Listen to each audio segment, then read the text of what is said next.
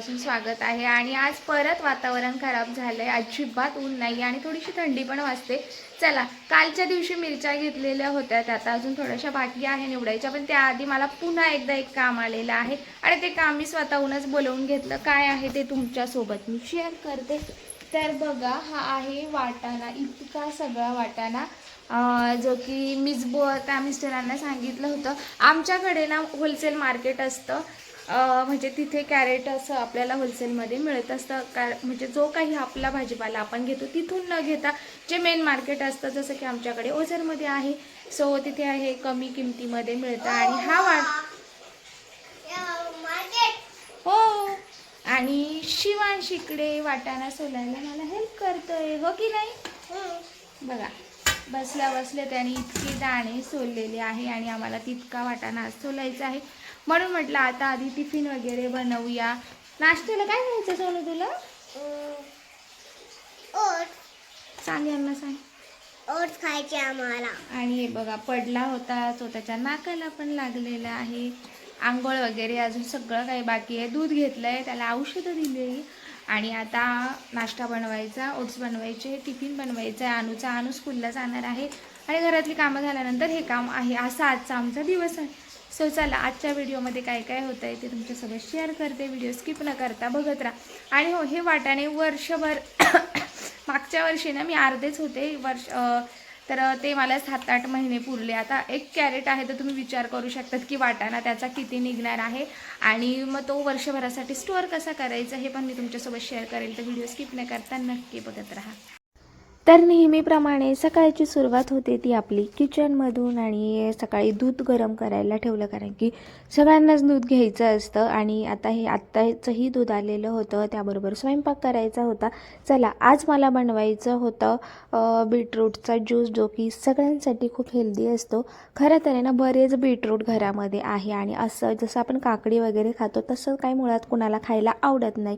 मग त्यांचं काय करायचं हा मला प्रश्न पडला होता। बऱ्याचदा मी त्याची चपाती बनवत असते, पण सध्या चपातीसाठी तर इतका थोडासा बीटरूट लागतो आणि म्हटलं करायचं तरी काय, म्हणून बीटरूटचा ज्यूस बनवायचा। आणि घरात सगळ्याच वस्तू अवेलेबल आहे आणि त्याचे बरेचसे फायदे आहे।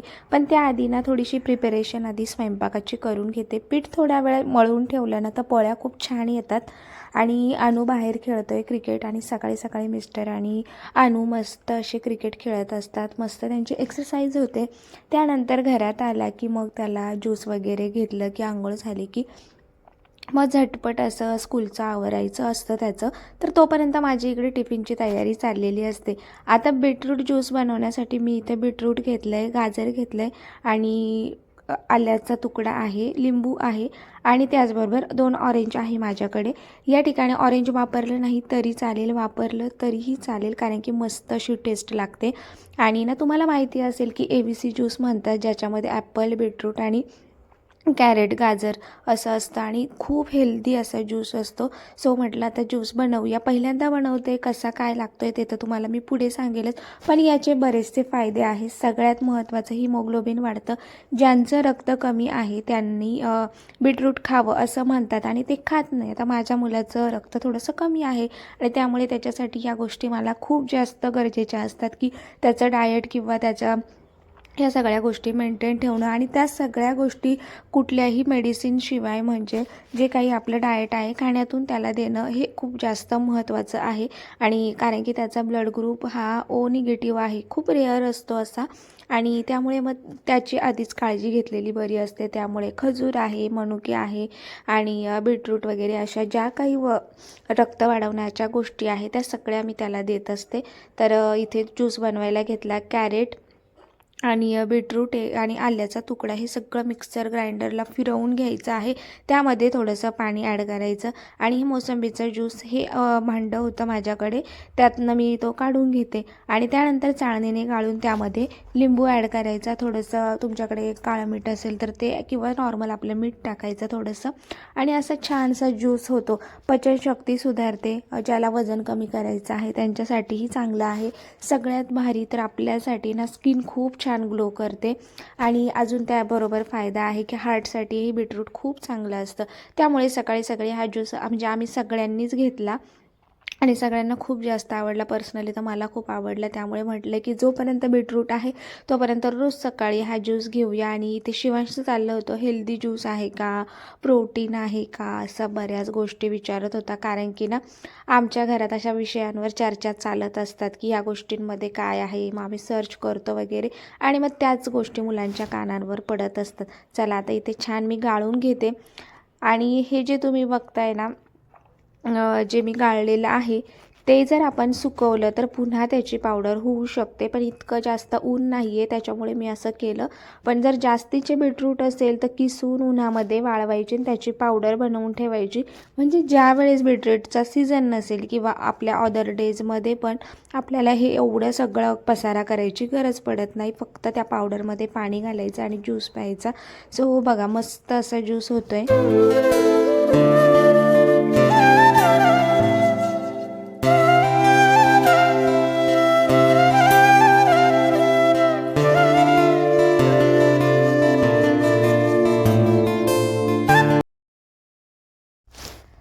आता यामध्ये ना मी थोडंसं पाणी पण ॲड केलं आणि जो काही ऑरेंजचा ज्यूस काढलेला होता तो पण ॲड केला.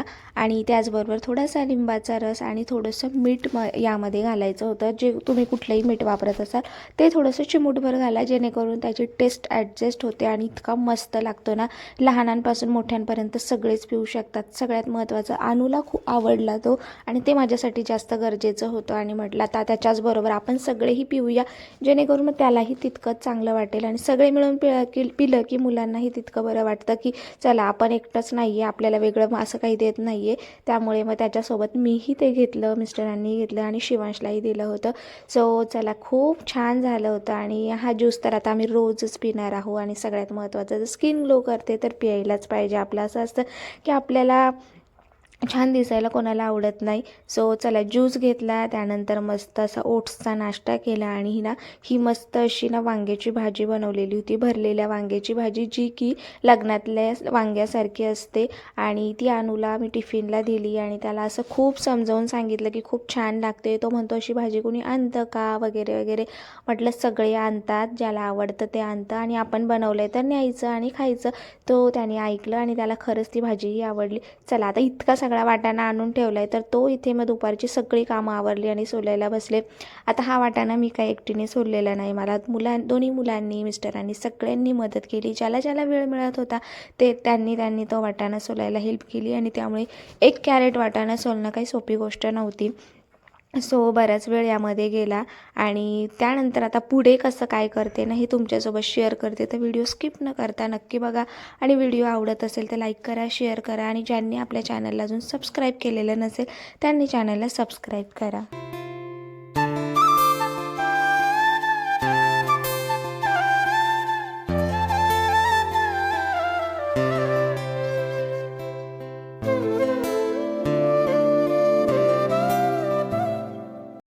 त्यानंतर ना मी डायरेक्ट दुसऱ्या दिवशी हा व्हिडिओ शूट करायला घेतला, कारण की एका दिवसात ते होणं शक्य नव्हतं.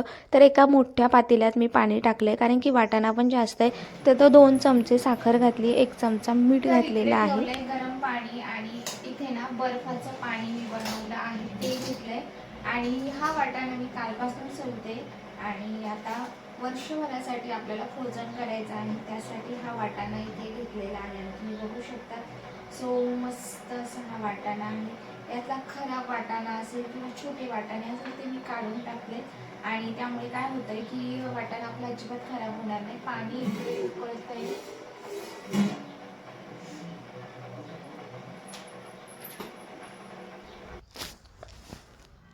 तर या ठिकाणी ना पाण्याला उकळी आल्यानंतरच आपल्याला वाटाणा घालायचा आहे. बर्फाचं पाणी एका कढईमध्ये घेतलं आहे आणि जोपर्यंत प्रॉपर अशी उकळी येत नाही, बघू शकता आता जस्ट सुरुवात झाली आहे, पण पूर्ण उकळी आल्यानंतरच आपल्याला घालायचं आहे. बघू शकता अशी उकळी आली पाहिजे. आणि हा वाटाणा त्यानंतर यामध्ये घालायचा. तुम्हाला लगेच फरक जाणवेल. आत्ताचा वाटाणा आणि नंतर जो आपण पाण्यातून काढलेला इतका सॉफ्ट लागतो तो वाटाणा. सो उकळत्या पाण्यामध्ये टाकायचा आणि टाकल्या सगळा वाटाणा टाकून झाल्यानंतर गॅस बंद करायचा आहे आणि 2-3 मिनटं पाण्यात ठेवायचा आणि लगेच काढून आपण तो यामध्ये ठेवणार आहोत बर्फाच्या पाण्यामध्ये. अशा पद्धतीने ना आपण आहे ना जे काही स्वीट कॉर्न असतात ना ते देखील आपण स्टोअर करू शकतो.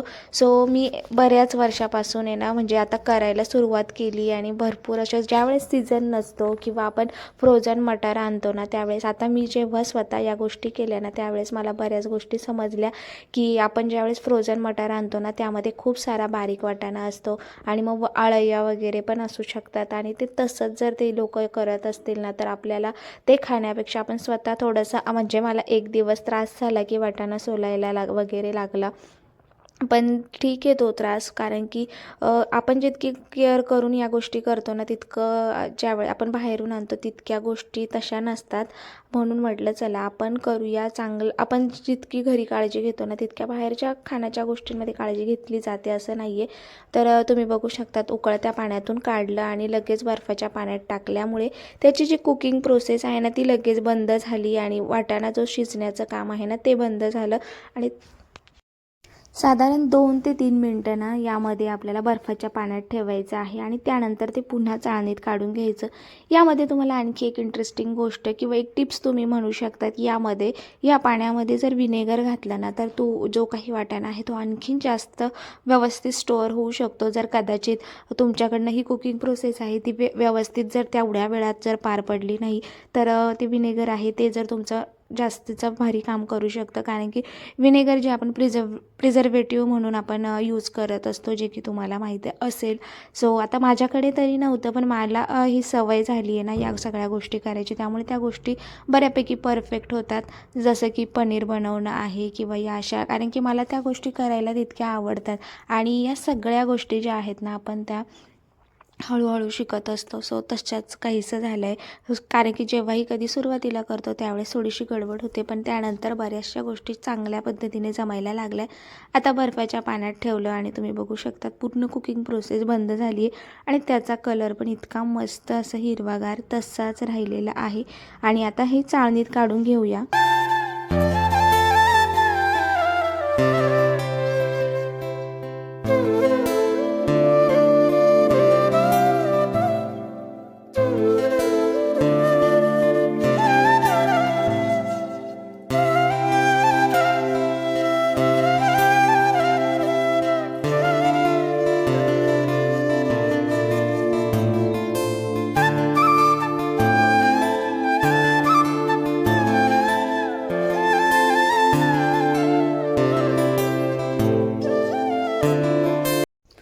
आता हा वाटाणा सगळ्या चाळणीत 2 मिनटासाठी आपण निथळून ठेवायचा आणि त्यानंतर अशी चादर वगैरे असेल किंवा सुती कपडा असेल त्यावरती आपल्याला साधारण 2 ते 3 तासांसाठी किंवा ओव्हरनाईट पण तुम्ही असा सुकवू शकतात. ज्यातलं एक्स्ट्रा वॉटर आहे ते पाणी सगळं त्यातलं निघून जाईल अशा पद्धतीने आणि तो छान पद्धतीने आपल्याला स्टोअर करता येईल. आता ज्या पाण्यात आपण वाटाणा बॉईल केला ते पाणी असो किंवा बर्फाचं पाणी असो हे तुम्हाला पुन्हा वापरता येईल. जर जास्त वाटाणा असेल तर आपण आधी 2 चमचे साखर टाकली तर नंतर तुम्ही 1 चमचा टाका, 1 चमचा मीठ टाकले तर पुन्हा अर्धा चमचा टाका. असं करून त्याच पाण्याचा वापर करून आपण त्यात पुन्हा वाटाणा परत दुसऱ्या स्टेपला पण करू शकतो. सो अशा पद्धतीने आणि छान असा चादरीवरती छान मी आता 3 ते 4 तासांसाठी मी व्यवस्थित हे केलं आणि डबल चादर असल्यामुळे पाणी लवकर ॲब्झॉर्ब झालेलं होतं यामध्ये. आणि अशा पद्धतीने हा वाटाणा छान झाल्यानंतर जे काही झिपलॉकच्या बॅग असतात किंवा तुमच्याकडे कुठलीही प्लॅस्टिकची बॅग असेल किंवा एअरटाईट डबे असतील सो अशा पद्धतीने फ्रीजमध्ये, जर मोठं फ्रीज असेल तर डब्यांमध्ये ठेवलं तर जास्तीत चांगलं आहे. पण माझ्या फ्रीजही छोटं होतं आणि माझ्याकडे ऑलरेडी झिपलॉकच्या बॅग होत्या. तर या बॅगमध्ये ना हा वाटाणा ठेवायचा आहे. आता तुम्ही वाटाणा बघू शकतात, हात लावल्यानंतर अजिबात त्याला पाणी आपल्या हाताला लागत नाही आहे. सो अशा पद्धतीने वाटाणा छान सुकला की एअरटाईट बॅगमध्ये भरायचा. सो अशा माझ्याकडे 4 बॅग्स भरल्या आणि तुम्ही बघू शकतात भरपूर असा वाटाणा झाला. वाटाण्यामध्ये भरपूर फायबर असतं पण वर्षभरासाठी आपल्याला ज्यावेळेस वाटाण्याचा सीझन नसतो त्यावेळेस झटपट भाजी करायची असेल तर आपण वाटाणा वापरू शकतो. त्याचबरोबर पावभाजी आहे, पनीरच्या भाजी आहे किंवा अशा बऱ्याच रेसिपीज असतात ज्यावेळेस आपल्याला वाटाणा लागतो आणि मग तो घरात असला की बरं पडतं. बरेचदा काय होतं ज्यावेळेस आपल्याला असं काही लागतं तर आपण बाहेरून फ्रोझन वाटाणा आणतो. पण त्यापेक्षा ही पद्धत एकतर स्वच्छता, थोडीशी मेहनत आणि कमी पैशामध्ये जास्तीत जास्त आपल्याला ही गोष्ट मिळते. सो कसं वाटलं तुम्हाला नक्की आजचा व्हिडिओ कमेंट करून सांगा. आणि तुम्ही नक्की जर तुमच्याकडेही वाटाणा स्वस्त मिळत असेल तर आता काही दिवसातच वाटाणाही येणं बंद होईल. सो तुम्हाला करायचं असेल तर नक्की ही पद्धत वापरून तुम्ही करू शकतात. आणि अशा पद्धतीने ना भरपूर असा वाटाणा मी इथे स्टोअर केला. आणि सगळ्या काही स्टेप आहेत ना त्या मी तुमच्यासोबत शेअर केलेल्या आहे. मी स्वतः 2 वर्षापासून करते, त्यामुळे मी तुम्हाला सांगू शकते. त्याचबरोबर आम्ही असं मनुके वगैरे तेही फ्रीझरमध्ये झिपलॉक बॅगमध्ये ठेवतो, कारण की घरी बनवलेले असले तर बऱ्याचदा खराब होण्याची शक्यता असते, कारण की आपण